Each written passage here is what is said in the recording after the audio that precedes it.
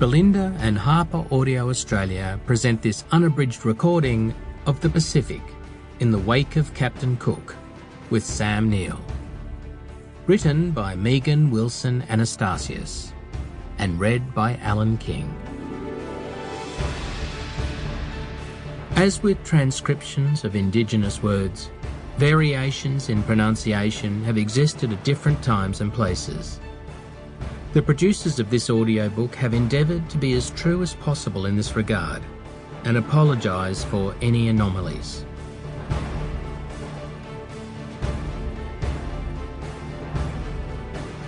Sam Neill.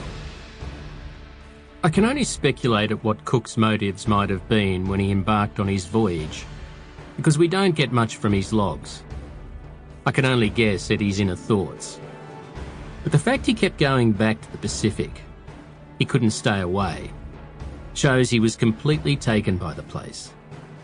In the end, it wasn't just that he changed the Pacific also changed him. He became a man of the Pacific. Most of the voices we hear on Pacific are Indigenous, and for me that's important. The other side has been told so often. It's so familiar. The great cook who comes along and plants a flag, followed by all the benefits that come with European settlement. Law, literacy, technology, the wheel. We've heard it all before. But there's a whole other side to the story many of us have never heard, largely because we haven't been listening. And that's the Indigenous story of the Pacific. Hopefully, Pacific might help change this.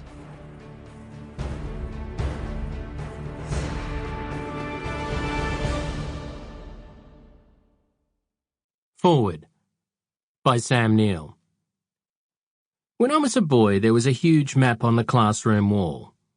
It was a map of the world, and most of that map was coloured pink, which meant that it was British, the old British Empire. This was supposedly a very good thing, because it brought order, enlightenment, and above all cricket to the darkest places of the world. Well, that was then. And of course now, I'm not sure of any of it. That map was in large part pink as a result of the 3 voyages of the great explorer James Cook, at least in the third of the planet we call the Pacific. Cook's journeys and the course of his reputation, particularly in Australia and New Zealand, fascinate me. Cook, of course, didn't actually discover anything. Everywhere he went had been discovered by other people, hundreds, sometimes thousands of years before him, though this certainly didn't deter the Europeans who followed in his wake, which meant that most of the Pacific was eventually colonised, and thus our map, much of our corner of the world, was pink. But for me, this has been a journey of discovery, the result being this book, as written by Meaghan, Wilson, Anastasios, and TV series. More than that, I think they became a love letter to my part of the world. I am more grateful than ever for growing up here, for being part of this place. I love this vast blue hemisphere. Much of what we found on this voyage was new to me. For instance, I was not a little taken aback at the disparity of opinions on Cook. He is utterly loathed in some quarters, and yet adored in others.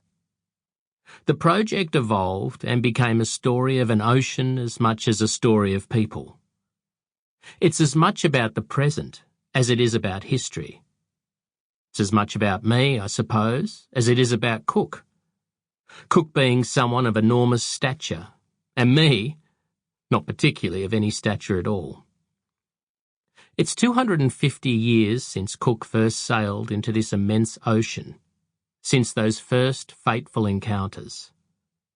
So perhaps it was no coincidence that even while we were shooting the series, the impending commemorations meant increasing controversy.